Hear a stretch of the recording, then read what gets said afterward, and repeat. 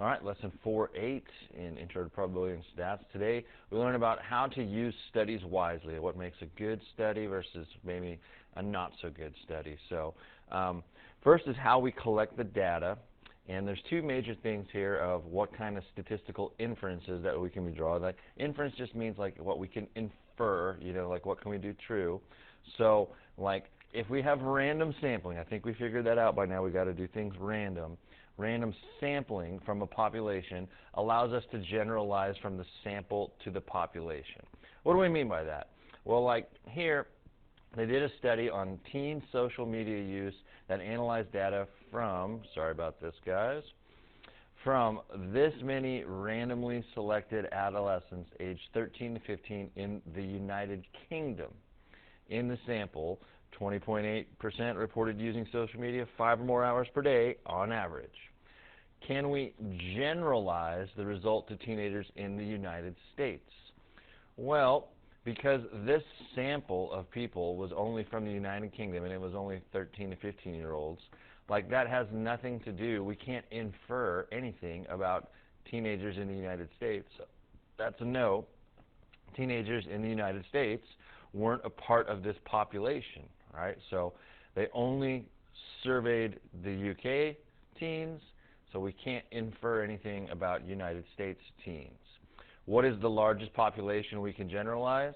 Well, that would be the teens in the United Kingdom, right, that are 13 to 15-year-old. Like, this is the only people that were in the sample, so that's the biggest population that we could do, right? So if you need to pause the video to write this stuff down, you go for it. Will strong batteries in a freezer make them last longer? So a company produces batteries. It takes a random sample of 1,000 AA batteries from its warehouse. The company randomly assigns, so that's good, they did a random assignment, 50 batteries to be in the freezer, other 50 to be stored at room temperature for 3 years. At the end of that time period, each battery's charge was tested. So they put half of them in the freezer randomly. They put half of them like just in a room randomly, and they let them sit there for 3 years and they want to see like how good the batteries were. Can we generalize the results of this study for all types of batteries produced by this company? And that answer is no, because they only tested AA batteries, right? Even though we had a random sample, they only tested AA batteries. So not all types of batteries were selected. What is the largest population that we can generalize these results? I'll bet we have it down that it's just got to be AA batteries, but it's actually just AA batteries from this company's warehouse. Like, that's the only ones that they tested, AA batteries from its warehouse. Like, for example, just using brand names, like if they only tested AA Duracell batteries, then there's no way we could generalize it for AA Energizer batteries. It's just whatever company this is called, that's the batteries that they tested. So then the second thing is, like, if we have a random assignment. A random assignment of individuals to a treatment allows for inference that can cause cause and effect. Like, what I kind of mean by that is like how we're going to do our golf experiment here in a couple days. Like, we have the short putter versus the long putter. You will be randomly assigned to the short putter or to the long putter. You don't get to pick it, so that's what random assignment means. And random assignment can do cause or effect.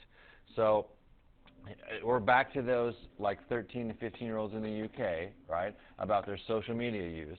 They also asked questions about their sleep patterns. So the teens with the highest reported social media use had more difficulty falling asleep and staying asleep than the teens who reported average social media use. And the difference was statistically significant.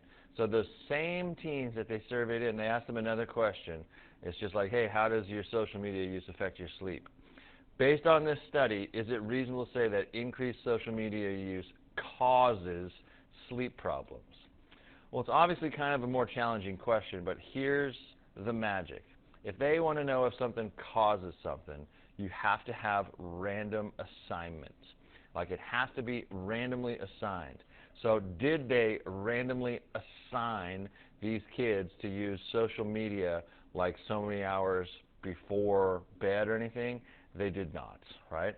Because they didn't randomly assign teens to use the social media for a specific amount of time. Like, you have no idea how long one kid used it versus another. They didn't give them a time period to say, hey, I would like you to use like your phone for 2 hours before bed. You have no idea. They didn't randomly assign them any kind of time period. So that's kind of a weird one. And then the AA batteries ones, right? So remember when they did the AA batteries, they randomly assigned some to be in the freezer and some to be at room temperature. So they did the random assignment. After 3 years, they found this, that the batteries that were in the freezer were better, right? They had a higher charge. They had more power. And the difference was statistically significant. Based on this study, is it reasonable to say that storing your AA batteries in the freezer causes the charge to be higher? If you want to say something caused, it had to be randomly assigned, and yes, that is happening, right, because they randomly assigned it. So yes, the researchers randomly assigned the AA batteries. So that's the magic with cause and effect, is they had to be randomly assigned. And then the last thing of the day is just about ethics. We had a good question on the activity about vaping. We had a good discussion in class, but there's just some studies that could be designed as perfect as you want them to be, but it's just morally wrong, like with ethics. You know, like some of these major questions are like, does texting while driving increase the risk of having an accident? Well, that would be very, very dangerous to like randomly assign someone to like text and drive, because they could get hurt, you know, let alone killed. So that's dangerous. That's not right. Does going to church regularly help people live longer? I don't know about randomly assigning some people to go to church, you know, because of the morals and ethics, even though church could be a positive thing, you know, it's like some people don't believe in it. Does smoking cause lung cancer? It's like, what are we going to do? Make some people smoke, you know, just randomly assign them that you got to smoke? So there's all kinds of things you could study, but is it ethically proper to study? So what we will kind of check out here is the principles of data ethics, which is like back on the front page, so we might have to flip back over. But there's 3 major rules, like all planned studies have to be reviewed in advance by an institutional review board charged with protecting the safety and well-being of the subjects, right? So like, it's got to be safe, just like the smoking thing or the texting and driving, or God forbid, like drinking and driving, you know, just to make somebody get drunk and then go behind the wheel. That would not be safe, right? So there's like a board of people in a real scientific experiment that say, hey, we have looked over all of the things here and we said this could be safe, you know. But even if they do that, anybody that wants to be into this like experimental study must give what's called informed consent. It's like, yes, I agree that I would like to be a part of this. It's very similar to like in the world we live in, where if somebody wants to post your face on social media, they're supposed to ask you first. Or like when the newspaper kids come want to do an article, they ask you, hey, can I interview you for this? They're asking for your consent. And then the last thing is, if you're in a real like good study, all your individual data must be kept confidential. Right? Only statistical summaries for groups of subjects may be made public, right? So they're not going to like just put all your information out there. It's got to be kept confidential, nice and private. So let's see here. Will people try to stop someone from driving drunk? So what that question is asking is like, pretend that you like have a friend and you can totally tell that they're drunk, you know, and it's like you're saying like, yo man, I don't think you should drive. Let's not get behind the wheel, like trying to stop somebody from driving drunk. So here's how they did this experiment. A television news program hired an actor, right, to play a drunk driver. So that's good. He wasn't actually drunk, you know, he's just acting, and used a hidden camera to record the behavior of the individuals who encountered the driver. Was this study carried out ethically? Well, the good news is the person that was doing this wasn't actually drunk, but there's something very unethical about it with the hidden camera, right? Because if you hide the camera, you didn't give that informed consent.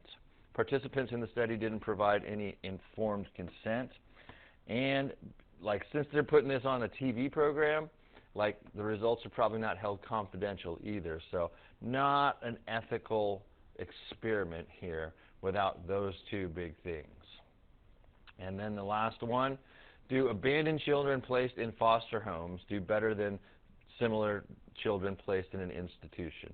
So again, kind of a sorry story, not trying to be a downer about it, but there are some kids, there are some ladies who are like, you know what, I'm having a baby and I don't want to keep it. So they abandon it. They either like put it up for adoption kind of thing in the foster home, where you have some foster parents, or the child goes to an institution called an orphanage. So here's a study that they did. The question is it ethical? So this Budikrest Early Intervention Project had 136 young children abandoned at birth, and then they had them living in this orphanage in Romania. Half the children were randomly assigned, so that's important. Could be a great little setup here. It still might not be the most ethical. Randomly assigned to be placed in foster homes. The other half remained in the orphanages. So they had 136 abandoned kids. They split them up, and they randomly assigned them. Half of you get to go to a foster home, half of you got to go to the orphanage. The kids who were in the foster homes were better for the children who remained in orphanage. That was the outcomes. Like, the kids who were at the foster homes were just living better, right? And it was statistically significant. So, based on this study, is it reasonable to say that the placement in foster care was the cause of the improvement? Cause, the key word, is random assignment.